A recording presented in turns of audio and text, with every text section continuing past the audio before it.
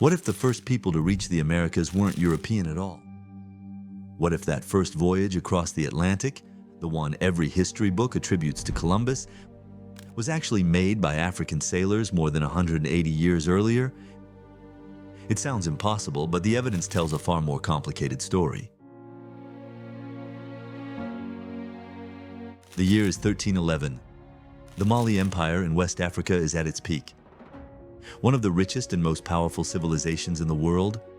From its heart, cities like Timbuktu glow with knowledge, trade, and ambition. Gold flows across deserts. Manuscripts fill libraries, and river fleets patrol the Atlantic coast. Its ruler, Mansa Abubakari II, has everything, yet he's haunted by one question: what lies beyond the horizon of the sea? According to the Arab historian Al-Umari, Abubakari sent out an expedition of 200 ships to discover what lay to the west. Only one returned. The captain told of an endless current pulling the others away. Instead of accepting defeat, Abubakari made a decision no emperor before him had ever made. He abdicated his throne, placed his brother in power, and personally led a second, much larger voyage. Then he vanished from history. The story of that fleet lingers in fragments. In chronicles, in rumors, in unanswered questions.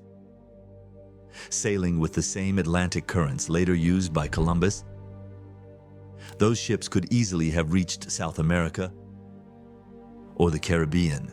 What happened to them? Did they find land? Were they lost at sea? The silence of the ocean has kept it secret for more than 700 years. Centuries later, curious traces began to appear. Gigantic stone heads from the Olmec civilization in Mesoamerica, some carved with distinctly African features, shared techniques in metal casting, agriculture, and navigation across both continents. None of it is definitive proof, but it's enough to make historians pause. Debate and doubt?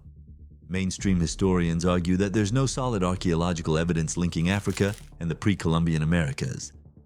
But others suggest our archives are shaped by whose stories were written down and whose were not. So much of Africa's past was oral, recorded not on paper but in memory. And memories, like ships, don't always survive the storms.